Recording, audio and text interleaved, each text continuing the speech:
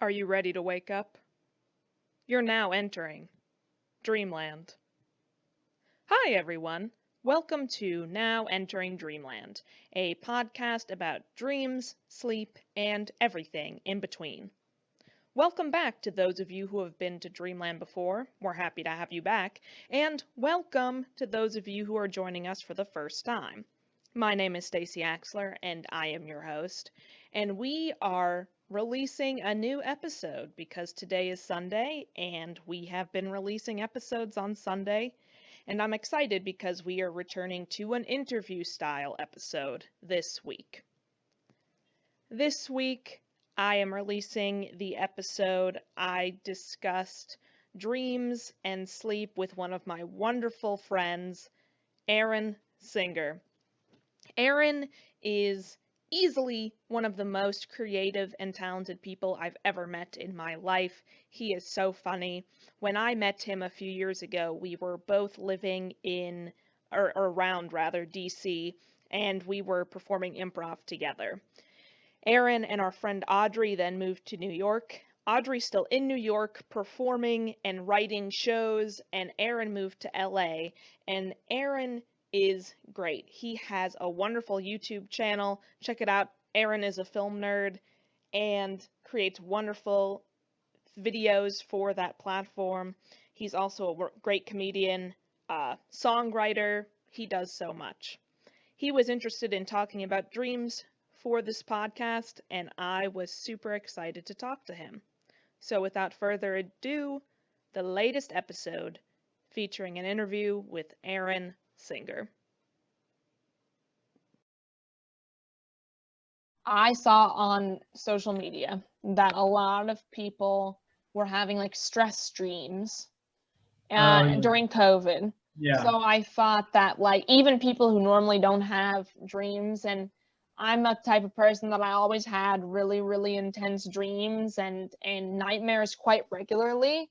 So and I did notice that I did experience an uptick of that, especially early COVID. I would say around April, things got really rough and my sleeping patterns just totally got crazy and they haven't returned back to normal.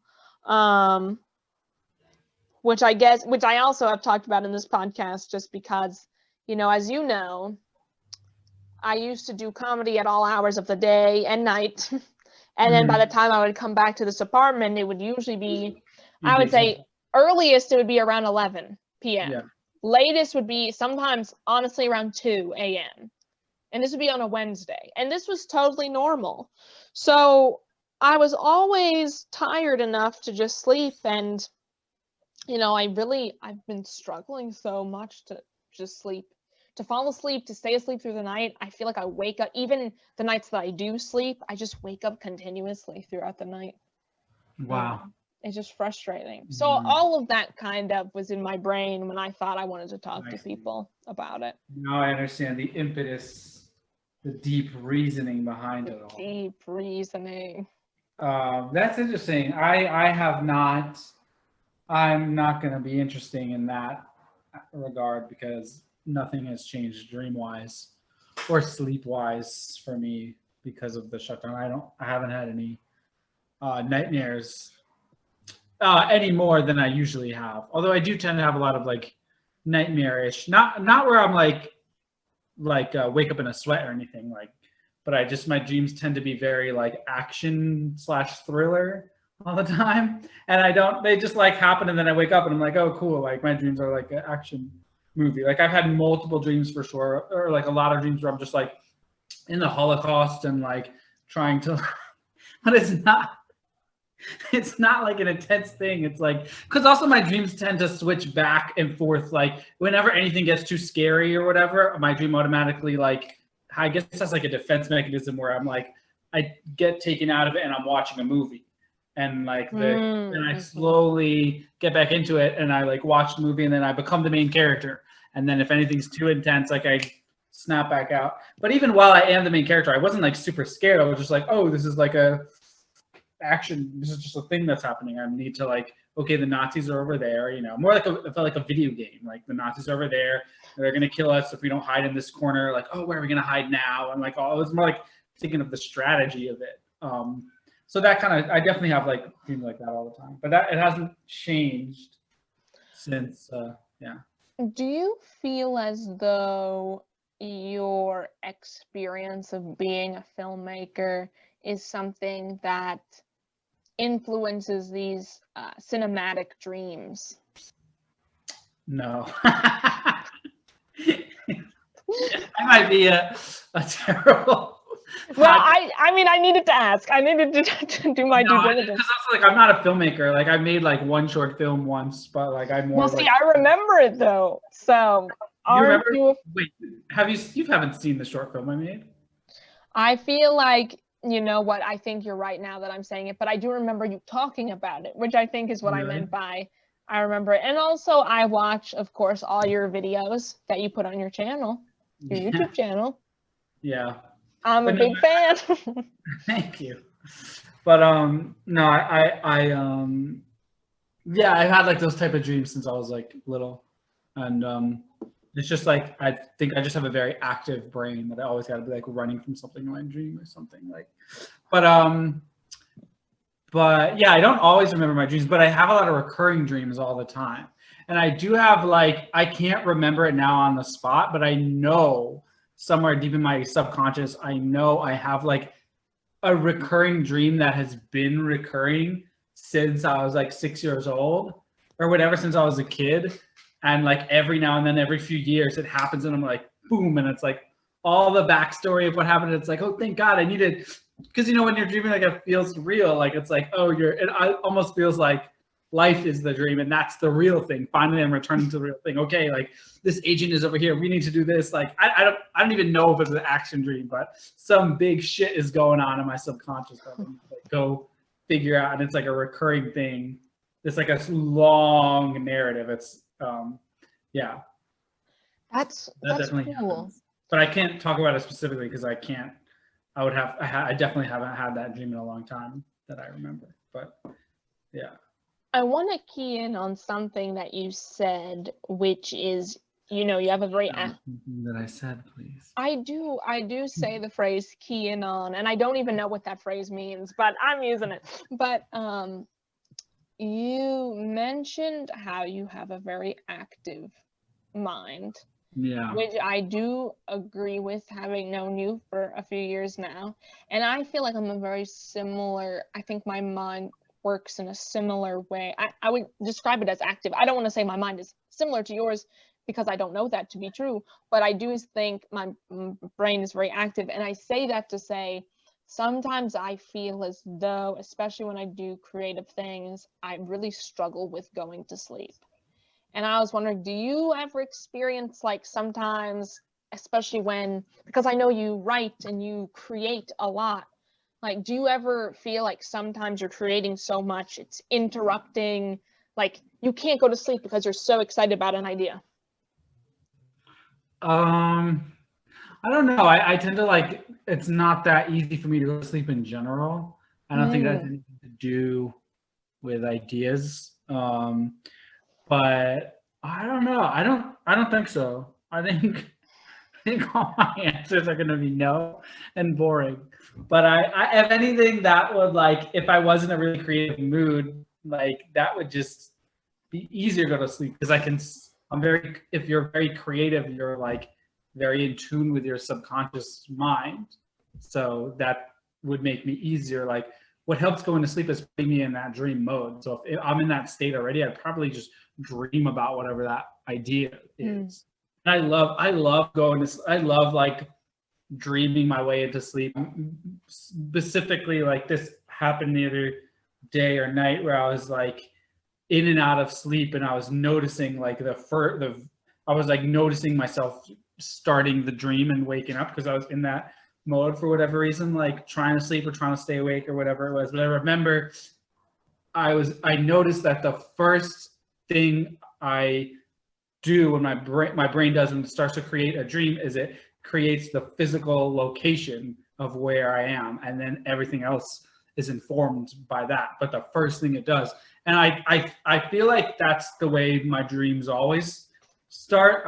guess I wouldn't know for sure, but this is a thing that happened over and over and over again, at least in that night or whatever. So I noticed that and I was like, oh, that's so cool. Like I would just like slowly be like, okay, here's the counter and here, and then we're in like a basement. And then like as it all starts to form the location more, then everything else comes in, then maybe eventually a person walks in. Almost like an improv scene, if you like, sometimes you'll start a scene with like scene painting the location and then three characters. And I was like, oh, my brain is like starting the scene by scene painting it, the location. And like I was like, that's so cool. But it was so cool to like witness of like, okay. I mean, I think that happens too, is like it's just like pictures in your mind when you're like, when I'm like about to fall asleep, and I love that feeling. But like when you're like about to fall asleep and you'll notice like you'll just slowly like images get shaved and get put into your mind or whatever until it's like, I don't know, I just love that like almost half asleep moment. And I'll be like, oh, this is like a cave and then there's some like goo dripping down and blah blah blah. I'll do that, or like I'll sometimes try to lull myself to sleep by thinking half a sentence of like an illogical thought that I had while I was like about to sleep. So I'll just be like, oh yeah, we need to go to the dragon and the thing with the get like the wine for the dragon. The dragon needs wine, and then we have to whatever it is, like Yeah. like half a sentence, and then that lulls me into it. I need to like get in that weird headspace. So if I'm feeling creative, I think if anything it'd be easier. I think it's hard when I have a very logical thing happening where it's like tomorrow I must remember to wake up at 8:35, do this thing, and then do that other thing, and then put this thing here. And it's like, if I have anything like a logical deadline, that would be harder to fall asleep, but I'm thinking really logically about something. But if I'm in a creative mood, that's like, that is sleep. Yes. Yeah. Oh my gosh. Okay. I have a question for you. Did I win the podcast? Is that what just happened? You won the podcast. Nice. Hell yeah. Have you ever experienced a situation where do you meditate? This is the first question I have for you. Do you ever meditate? I've never done that. Okay, so I also haven't done that, and I feel like I have not done that because I just don't think I would be good at it. Does that make sense? Like, I think my brain is so active, like and whenever I try to meditate, I'm like, I'm done, goodbye. You know what I mean? Like, I just can't seem to get the knack of it. But I have a follow-up question to that one, which is, have you ever been hypnotized? I'll answer the follow-up question first. No. All right. And then to go back to the first one. I think that does make sense, but at the same time, I think you should try it anyway. And I think like that's a lot of people might feel that way and then eventually get better at it, or who knows, like I'm all about having new experiences, and I haven't specifically not meditated for any reason, at least lately. Like maybe back in the day I was more of like a closed-minded about it and like, oh, there's no way I can do it. I definitely like I remember going to a spa once and there was all this relaxing music and I'm like, this is gonna drive me fucking insane. Like I relaxed by like going crazy and partying. Like I remember there being a pool and I'm like, I like went in the pool and just started like hanging out in the pool and like swimming around with like Audrey. I was with Audrey and I was like, we're just like going swimming the same way we would at like a public pool or like partying at a pool. Like that's what's relaxing to me. I'm not gonna just like put my feet up and just like I can't do that. But at the same time, I would love to try meditating, and just because you tried it a couple of times and it didn't work, like I think doing it with structure, and it's like a good analogy for me would be like, I used to think I couldn't do to-do lists because I would write them down and just get overwhelmed about them and never do them, and then I gave up until I eventually like found out about Google Sheets, like spreadsheets, and that worked a lot better for me. And I slowly realized like it's not, your brain is making that like assumption that like, oh, you tried this one thing and it didn't work. Like that doesn't mean the whole idea of it doesn't work. Like to-do lists in general will work. You just need to find the way that it works best for you. And I think when people are like have certain things, especially creative people that have certain creative things they've done that they've been like immediately successful at, that's like cool, but in a way that can be like deterring, because then when you're not immediately successful at something, you just assume like, oh, I suck at this, like I can't do to-do lists, like I'm a creative person. But that's not like a lot of like that's the way life works. And even with that creative thing you were good at, a lot of times it's like you're really good at the first and second step of it, but then the third step you're not, and you like that's why a lot of times people will give up, like in like improv or script writing is a good example. Like spec scripts I think are a lot easier to write than pilots. And so that was the thing that was really hard for me, is the spec script. The first spec script I wrote was like real easy. I did it without a class. I mean, I took a class after and made it better, but like it just came to me. And they say like when you write a script, every now and then you like hit the lightning of like being able to just like put it all down without like writing out an outline and a concept doc and a beat sheet. Like that's the way you do it. You do all that pre-work first, and every now and then you can just write it all out and it'll be a decent first draft. And that's what happened with the spec script, which was like basically the first spec script I ever wrote. And then when I went to do the pilot, I was so annoyed that it wasn't as easy, because I'm like, I'm supposed to be good at that, you know? And then, so it's like, I'll have that a lot where like the first step I'm really successful at, and then the second step I get all in my head that I'm like, you know, just because you got lucky once doesn't mean you're going to get lucky with like the next steps of it. So anyway, that's like a really long-winded way to say that like I love that you should try meditation, and I should too. But I also just love, I've been on a kick lately of just like trying things that you haven't done before, because that's how you like learn. Like anything, if I'm looking to make a decision and option one I've done a million times and option two I've never done, even if there's like a million reasons why option two won't work, if you've never done it, just fucking try it. The worst that happens is you'll learn. You know, you learn so much more by doing things you've never done than doing things that you do all the time. Like me, another thing with the shutdown like recently that helps a lot is like I'll wake up I was gonna say early, but it's more like on time. I'll wake up on time and like go for a walk, like literally go outside. And I live like in LA, so people don't do that. Like you drive everywhere. So actually going out for a walk in the real world to start your day is the most amazing thing that I was missing in my life. And I would like fantasize about like, and I would wake up and be in my bed and fantasize about like, what if I actually like went for a walk outside right now instead of going back to sleep for another like 2-3 hours? And that would happen all the time. And I would think about it and be like, maybe I could do that, but I never would. Until one day I'm just like, I don't care how tired I am, how lazy I am. I'm going to try this one thing because it's a new thing I've never done that I've been thinking about. And it's like, how do I know it won't work? Or like, I'll be too tired or whatever. And like, I went out and like immediately I was like, this feels right. This is amazing. Like I was immediately proved right. So it's like things like that. Like I just always want to do things that feel weird that I've never done before, because like chances are they can be fucking cool. Or if not, like it's a new experience, you learn from it. And I think that's like a go-to thing for a lot of people to say is like, oh, I can't meditate. My mind's too active, this and that, blah, blah, blah. But like, just try it anyway. I want to try it anyway. And I think that's like a common thing that could like hold people up from doing it. But I think it could work anyway, you know? No, I think that's a really good point, and it is something I'm very interested to try. I tried doing one version of meditating, but I think you're right. Like there are different versions. The one I tried, I listened to, it was called a sleep cast. Have you heard of these? No, that sounds terrible.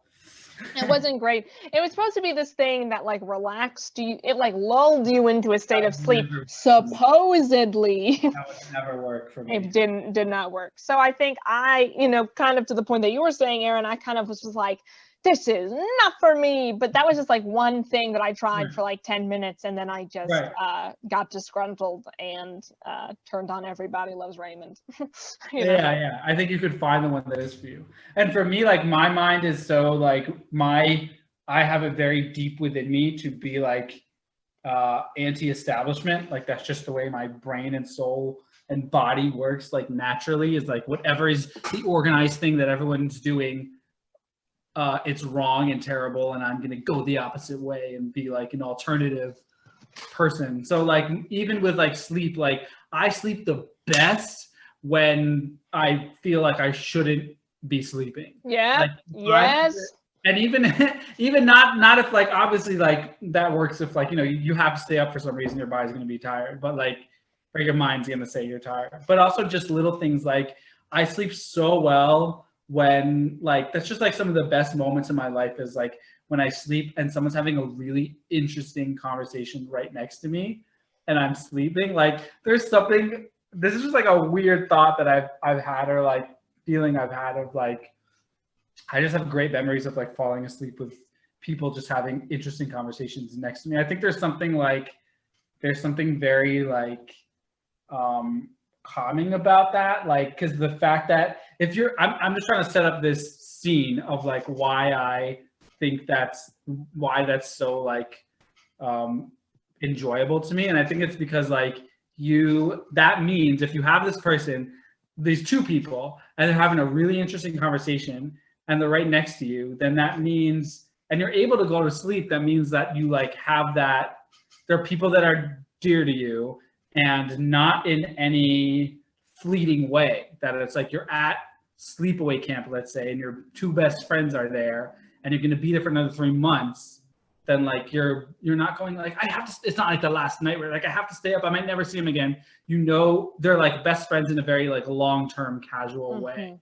So like that's why that like specific scenario like is so dear to me. And I can remember specific times of like a road trip with my family where like my older brother or older sister were like having a cool conversation in the back seat and I just fall asleep. Or like I remember my my old best friend / crush, ex-best friend, straight boy crush, he who shall not be named. I remember like sleeping at his house while he was having a conversation, I think with his mom actually, but it was like, and I don't know that it was just that interesting, but something about the tone of his voice and the way he talked was very like attractive to me or whatever, and like very interesting to me. And then I remember falling asleep then. So shit like that, where there's like some reason, something telling your brain to stay awake, that's when I fall asleep the easiest. Like I usually fall asleep either watching TV or listening to a podcast, like every single night. That's how I usually fall asleep, unless I'm exhausted and fall asleep right away. But that's kind of rare. Yeah, same for me. It's very rare to just fall asleep. But I love what you were just talking about because it does make me think about how like sometimes sleeping can be like really like a vulnerable type of thing. Because like especially it made me think a lot about, when I used to have a cat, when the cat first got here, when it was in this space, I do not think it honestly slept. I think it remained on high alert for like 48 hours because it was like, it moved. Like this cat lived its first like 2 years on the street. And then it was like rescued and then was put into a foster home. So then it got acclimated to the foster home. And then of course, right when it got acclimated, boop, here you go. And I really don't think the first 48 hours this cat slept because it was like, where am I? And all of this is new. But like, I'll never forget like the very first day. Like I remember I was like at my desk, kind of like I am now, like just like doot, doot, doot, like typing away. And then out of the corner of my eye, and I was like, don't freak out about this. But I saw the cat like crawl up into my bed and like go to sleep.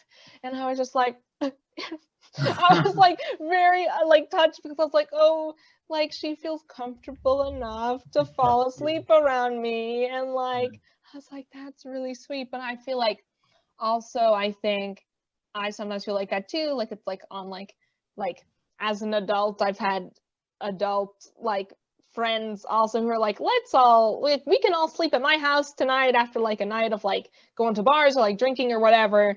And it's like just that feeling. It's like obviously like we're all adults, but it's like that feeling of just like, oh, like I'm perfectly safe here and I like these people and here I go. I honestly feel like I sleep better around other people. And this is so weird because when I was younger during sleepovers, I could hardly ever fall asleep. Maybe I was just never comfortable. Maybe that's what this is telling me. I don't know. Let me see. Other questions I have for you. I do have this question. What is your nighttime routine like? If you want to share, but don't feel any pressure to share. But I like asking people this. It's, I don't know if I have much of a routine. It's mostly just get in bed, watch The Office over and over again. And fall. Lately, it used to be more like podcasts where I'd fall asleep, listen to a podcast. Nowadays, it's fall asleep in the middle of watching The Office, then wake up like an hour later and be like, what the fuck? And then turn the TV off. And by that time, I'm like half asleep and I go last night. For real. Z's. Do you think The Office should have continued after Steve Carell left? Well, I don't think they ever should have let him left. Basically, like NBC was like supposed to offer, like his contract ended and they never even like offered him a new contract. So in terms of like negotiating wise, his manager, like that's an insane thing to do. So he was like, okay, they're not offering one. I guess I'm leaving. Oh, wow. Yeah, because I mean, there was like a change in like management, which there always is like on those like upper level, you know, on the technical side of things, like I don't even know what the names are, but the, you know, creative executive producer of NBC or whatever the fuck. There was like a change there. So like the new person didn't care for The Office, even though it was like a huge hit. And they just didn't understand. I don't know, they're just fucking stupid and let him go. And, but I don't know, I like The Office and it was still interesting to see what happened after he left, but it's just not the same. It's obviously not the same without him. Right. And I would love for there to be a reunion. I don't know why they don't do it. Like that'd just be so awesome. And I think so, like at least plot wise, I think it'd be so easy to do. Just like figure out a way to get all the characters back in the same place. And maybe it's a movie. I don't know what the fuck it is, but I feel like they could even just like make more seasons. Like have a reason for them to long term keep being in the same location or in each other's lives in some way. I don't fucking know, but yeah, do it. Like it's so good, and I feel like people they're basically doing like they're because like The Office has become so popular on Netflix. They're like capitalizing on its popularity in every single way, except doing what fans want the most is like to actually bring it the fuck back. Like they're doing like Office Ladies, like an oral history of The Office, which is like the guy who plays Kevin, that's like his podcast. And there's like Space Force, like this new show with Steve Carell. And like just fucking like remake The Office. Like not remake, but like make another season of it or make a movie or something. And I'm a huge Office fan, and sometimes I struggle to like, I think The Office is so good because of the writing. Like, it's a combination of so many different things. Like, obviously the writing is fantastic. The actors are spot on. The characters are great. The story is compelling. But like, I think the thing that gives me pause is like, I'm sure it's like, and I know it was based on the original Office series by Ricky Gervais, and it's like, I guess in my mind, it's like something that I'm frustrated about me, Stacey Axler, is when the show was first on, I did not watch it because I was like, oh, this is just a show about people in an office. Like, that doesn't sound interesting. And, you know, it doesn't sound interesting, but it's so good. You know what so it's like, what do you think is like the driving force of why The Office is so good? Like, there's so many reasons why it's good, but like, is there one predominant element that's just like makes it stand out, or is it really a like, what are your thoughts on this? You have to think about the time that it came out. Like in our lives right now in 2020, like there are so many shows and like types of entertainment that are inspired by The Office that don't even know it, that are like inspired by like they only exist because they're inspired by something that only exists because it was inspired by something else that only exists because like of The Office. You know what I mean? Like it came out in like 2005, maybe 2006, which was like might not sound like that long ago, but in terms of like the way the world's changing, especially like technologically and media consumption, like an eternity ago. That was like lifetimes ago. Like that was like before Facebook, you know what I mean? Like before apps on your phone and social media and shit. And so like it was more than like more than it being like super like if something like The Office came out now, it just wouldn't be, it's hard to even imagine a world like that. But like because The Office was it was just revolutionary at the time for its time. Like it's funny now, but I think part of what made it so successful is it was just the first of its kind. There, even just think about it, like the fact that it was a mockumentary in that way. Like there weren't, like after The Office, there were a billion like Office ripoffs, a billion. Anyone who was like trying to make a comedy show made a mockumentary. Like every slightly successful comedian with a web series, it was a mockumentary web series, and there was a character similar to Steve Carell, and the whole cringe comedy, like all of that didn't exist on like a network. It was on a network, like it was on network television. So like even if there were a few things, they didn't exist like Arrested Development, which that already existed, and The Office was definitely like that paved the way for The Office. But like, or even the original Office, but that was like, you know, in the UK, and they did like 2 seasons or whatever the fuck. But like, it all like nothing of its kind existed like at that level before. So even just the fact that it was a mockumentary, and then the whole style of it, and like what they call cringe comedy, like that didn't exist on that level of being like at that being on an American network. So like, I think that's what made it so revolutionary. Like nowadays, like a lot of the things they did aren't, and even just think about like the fact that it was just a show about people working in an office together. Like back then, that's maybe sounded more like of a crazy idea. You know what I mean? Think about like Friends or Seinfeld, where like nowadays see like the in terms of like television, I think that it's just sort of like a circle of like what, or a wave of like what is popular and what isn't. Like if we get so much of one type of show that we get sick of it, and we're like, wow, it would actually be really like there's so much like really long nowadays, or like within the past up until the past like few years, it's been like every single great show is like Breaking Bad, where it's like a really slow, long narrative. And then there's like eventually, because like that was great and so interesting and so new to have a show with that really slow, long narrative. Like those were the best shows coming out, like The Wire, The Sopranos, Breaking Bad, Mad Men. It was all very slow and like a long narrative told over like 6 seasons. And then eventually came out Black Mirror, which was like the Twilight Zone, and there are a few other shows like Black Mirror where it's like episodic, where like not only is it's the opposite. It's like short form. Like we're telling 1.5 hour story, and the next episode is going to be a completely different story. So like that version of storytelling actually was popular back in the day with the Twilight Zone. Like I think Black Mirror is just like the new version of Twilight Zone. So I think it's just like a circle like that. So it's like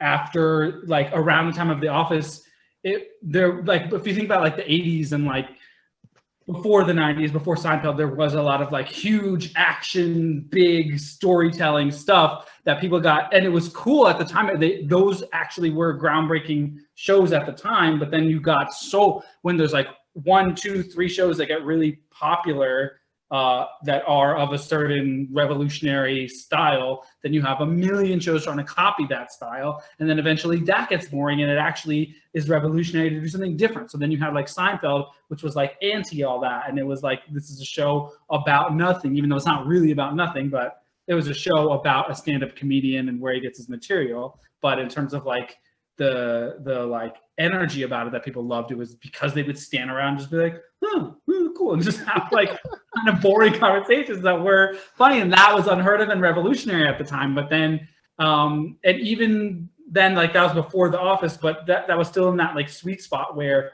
it was still revolutionary to have a show that's just about what happens in an office. And I think now we're actually maybe turning back to like, we want, like, then for a while it's been a lot of like, I think I was saying this before we recorded the podcast, but about how like a lot of shows are like just like the best shows in the past 10 years or so have been just like, you know, angsty 20-somethings person has a lot of sex and is confused about the world without a huge plot. It's just like very cerebral, which is awesome. But I think now we're getting a turn to like, there are so many, like every single like person who wants to be a TV writer, like 99% of them are writing shows about like 20-somethings person confused having sex, just generally confused about life. But then like I think we're getting a turn towards it actually being more narrative and more like plot driven in a way. So Right.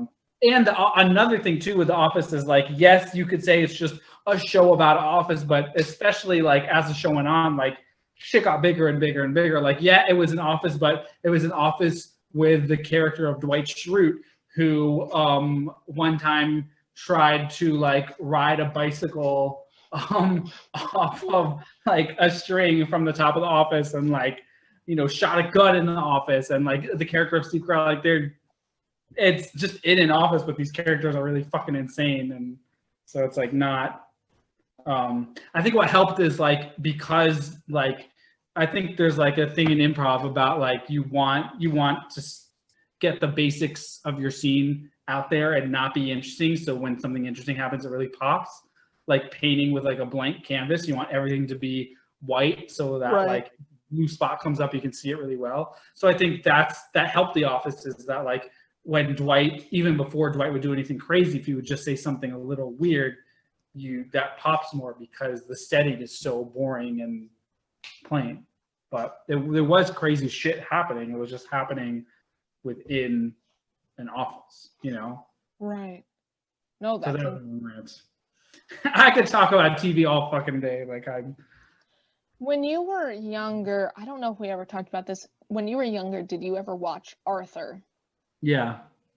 So this is I loved Buster. I had a crush on Buster. I love Buster too. I think Arthur's a show, even as an adult, I keep revisiting. And let me know what your thoughts are about what I'm about to say. But it's like, I think one of the successes of Arthur is that Arthur is truly written out to be just plain ordinary, dull. Like Arthur himself is boring, but because Arthur is such like I'm putting it in air quotes an everyman, then it's like all the antics of the people around him kind of stand out because Arthur's always in that position of like, should we even be doing this, guys? Like that's like the Jim. He's like the Jim of the show. He's like the window to the audience. He's saying all the things you're thinking as the audience. Yes. And honestly, I think Arthur, I still watch Arthur as an adult because I think the show just holds up. And like, I don't know. I never want them to stop making Arthur, honestly. Never. Yeah. Never. I haven't watched it in a long time, but yeah. Their episodes are they're different now. There's some different characters. I don't love it like I used to, but it's still, honestly, I'm going to say, Aaron, it holds up. Like, there are some shows where I used to be a huge, like, SpongeBob fan when I was a kid. I think a lot of... SpongeBob. Who loves SpongeBob? Me, I still love it. Oh, yeah, well, my whole thing, but I'm wearing a SpongeBob shirt right now, actually. But, like, one of the things that I feel like SpongeBob really excelled in when we were younger was they really leaned heavily onto like absurd humor. Yeah. And like I feel like the humor has shifted. It still is absurd, but I feel like it's Is it still on the air? I think they're still, as of last summer, I knew they were making new episodes because they're like, we've been on for 20 years. And That's it's like crazy. It is, because I remember when the first episode, I literally remember when the first episode came out. I remember exactly what I did that day because the episode was so... Where were you when the first episode of SpongeBob came out? I am going to tell you. I watched the episode. It came on in like the early afternoon. I watched the episode and it was the one where he first meets Sandy. It was like there were three like, because you know the episodes are like 10 to 15 minutes, but I remember the very first one I saw, I think there were three in one, and one was when he's like blowing bubbles and he teaches us how to Yes. blow a bubble. He's like, Technique. technique. What is the Ah! technique? That's so. My favorite scene. That and then the I need it. But that was later in the episode when he's like, when he meets Sandy or something. When he meets Sandy, and Sandy's like, "Do you want to come over? I need it." I quote that to this day. Anytime I like feel like I need something, I just go, "Oh, I need it." It's just so after I watched this episode, it was about a half hour of these like 7 to 10 minute installments. My parents were like, let's go out to Woodside Deli. So we went to Woodside Deli. Of course, I think at that point I was eating predominantly chicken fingers. So I got chicken fingers and fries, and I remember waiting for my food. And I literally remember sitting there at the table. I was like 8 or 9 years old, and I was like, I don't need it. I don't need it. I definitely don't need it. And they're like, what is this from? Like, what is going on? I need it. But it's like, I thought it was so funny. And it is so funny. So but like that humor is so absurd. Like and I think even now as an adult, I feel like my humor just like really skews to the absurd. So like, and I feel like when I've seen a few episodes of SpongeBob as an adult, I will watch it. I'm just like, like I think they've shifted over into like more like kind of like body toilet humor and less absurd, which is like, of course, like body toilet humor was always a part of SpongeBob, like the episode when SpongeBob rips his pants, for example. But I feel like so much of like SpongeBob is like for example, the episode where he makes friends with the bubble. And then like it's like I think that's just like this huge like an absurdist premise that just like works so well. And like the episode when the giant worm comes to town and they push the town else, like it's like stuff like that. Like I really really really think it's like I honestly don't think I would be pursuing comedy right now if it was not for Arthur or SpongeBob. And I put money on it. Like I don't think I'd be doing this. I think I would just be doing something else. But I haven't seen any recent episodes of SpongeBob, so I couldn't compare. But I watched old episodes over and over again. I literally didn't even know they were still making them. But I saw the SpongeBob movie, but again, that was like already back in like 2006 or 2005 even. So that was a while. But I loved it, and I don't know. Do you have final thoughts that you would like to? Can I try to jam around for the theme song on guitar? Let's try to jam. Yeah, let's do some jamming. See what happens. I've been like, so my problem is like I love music, but it's not my greatest skill. Like I should be spending all my time. You're good at it though. But I feel like I just waste time because I don't have that like music in me the way I do like writing, and like I've seen musicians in the way they talk and make music, and it really comes from the soul, and that's like what I do with writing. And when I make music, I'm just like, I just want to sound cool, or like I don't know, it just doesn't come from a real.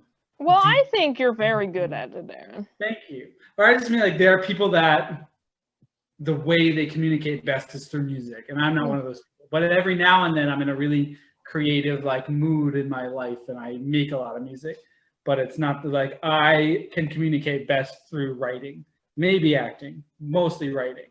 So like there are people that are musicians, that are real musicians, that is how they communicate. Like you don't really get them until you see them play a song, and you're like, I understand you now.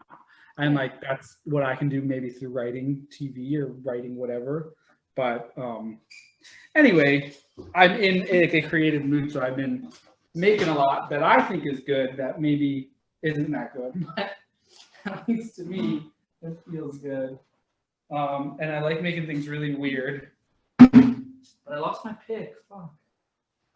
Where did it go? Hold on a second. Let's see.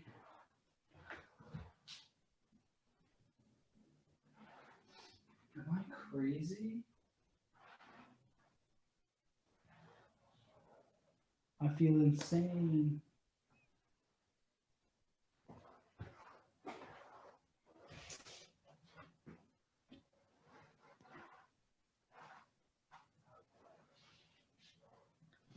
What the hell? I don't know where, but it's all right. I know you'll find it. I mean, I can play without it, but it might sound cool. Oh, look. That is crazy. Picks are one of those things that just get lost so easily. Yeah, I usually find them in like library books. I'll like check one out and I'll be like, a pick. That's so weird. It is. But I've been writing a lot of songs lately, a lot of weird songs. I've been into like finding a lot of new music too. It's like Oh, that's cool. a really good place in my life. Like I find a lot of good music. And let's see, what is it called? Now entering Dreamland.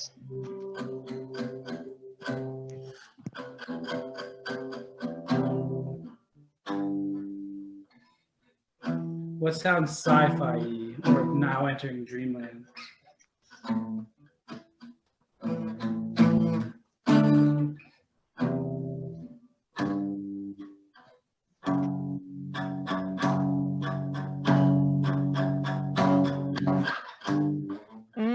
I'm liking where we're going. I'm liking this. What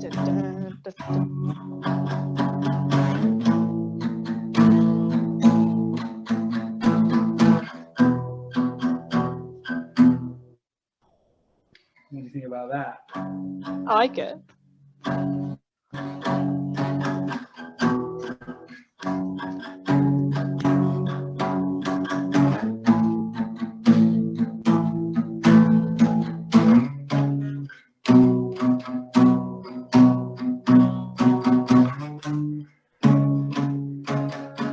Now entering Dreamland.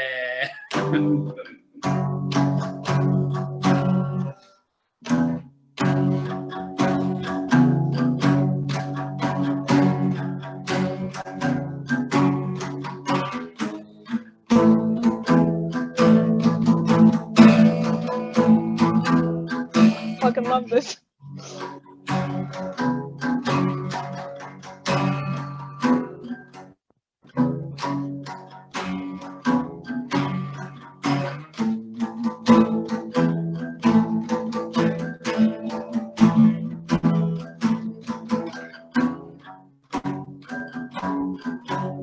Anyway, I forgot about actually doing lyrics, but I'm liking the sound. I think it sounds awesome.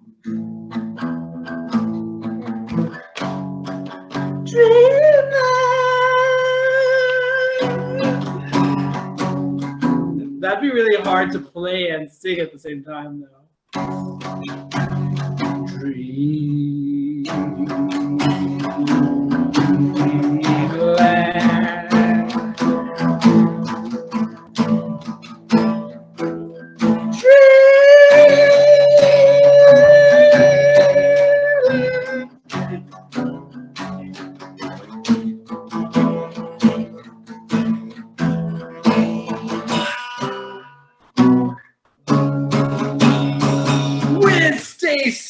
Axler. Okay, wait, I think I got it. Okay, how about this? So, all right.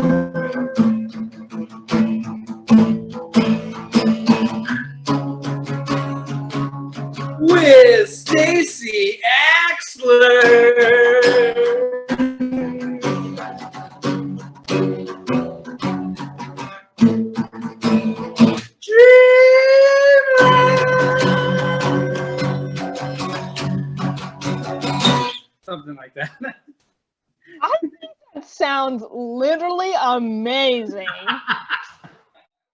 Aaron, I'm so impressed you just created that. Well, there you have it. That was an interview about dreams and sleep with comedian Aaron Singer. Thanks, Aaron. Also, as we discussed, Aaron may be developing a new introduction and outro song for Now Entering Dreamland, so you can stay tuned for that. If you like this podcast, if you enjoy listening to Now Entering Dreamland, you should subscribe. We have a subscribe button, so this podcast content will go right to your email every week. If you don't like subscribing, that's okay. You should just know that we're releasing new episodes every Sunday on nowenteringdreamland.com. The website nowenteringdreamland.com also has other content on it, like my dream diary. So if you like dreams, you should check it out. You're now leaving Dreamland. We'll see you next time.